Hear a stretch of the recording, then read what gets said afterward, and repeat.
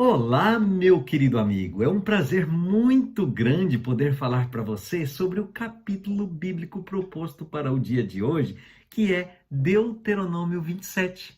E dessa vez eu vou deixar os aspectos gerais do capítulo contigo e vou abrir uma explicação maior sobre o verso 26, porque se trata de uma passagem que é repetida por Paulo no livro de Gálatas e usada por pessoas hoje em dia que querem abolir a lei.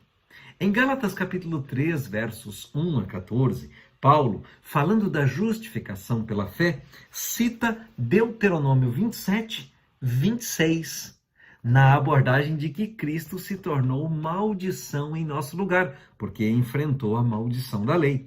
E num viés errado de interpretação desse texto, infelizmente, é comum se usar Gálatas como um tipo de justificativa para não guardar os 10 mandamentos. Na realidade, esse argumento é usado como razão para não guardar o quarto mandamento, como se guardar o quarto mandamento, em oposição aos outros 9, fosse de alguma forma uma expressão do legalismo do qual Paulo tratou em Gálatas, né? No entanto, o apóstolo não estava falando contra a legalidade da lei e certamente nada no texto poderia justificar a quebra do sábado.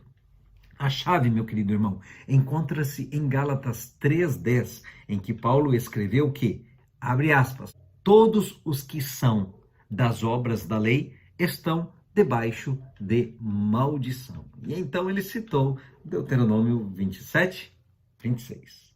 A questão não é obediência à lei, mas confiar na lei, uma posição difícil, se não impossível, para seres caídos como nós. O que Paulo quis dizer é que não somos salvos pelas obras da lei, mas pela morte de Cristo em nosso lugar, a qual nos é creditada pela fé. A ênfase de Paulo é o que Cristo fez por nós na cruz. E para destacar isso, citou também Deuteronômio 21, 23.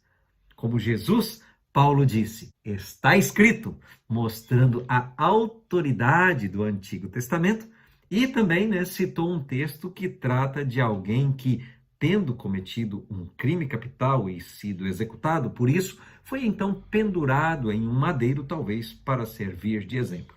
Paulo, porém, usou isso como símbolo para a morte substitutiva de Cristo por nós, no sentido de que Cristo se tornou maldição em nosso lugar, porque enfrentou a maldição da lei. Isto é, a morte que todos enfrentamos, pois transgredimos a lei.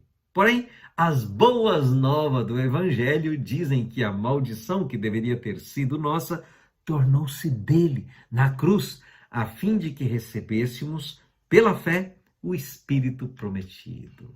No livro Patriarcas e Profetas, na página 63, comenta-se sobre isso o seguinte: ninguém, a não ser Cristo, poderia redimir da maldição da lei o homem decaído e levá-lo novamente à harmonia com o céu. Cristo tomaria sobre si a culpa e a humilhação do pecado tão ofensivo para um Deus santo que deveria separar entre si o Pai e o Filho.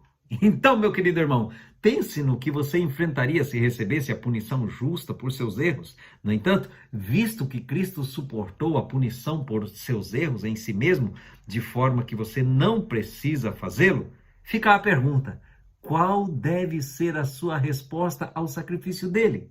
Demonstre o seu amor por Jesus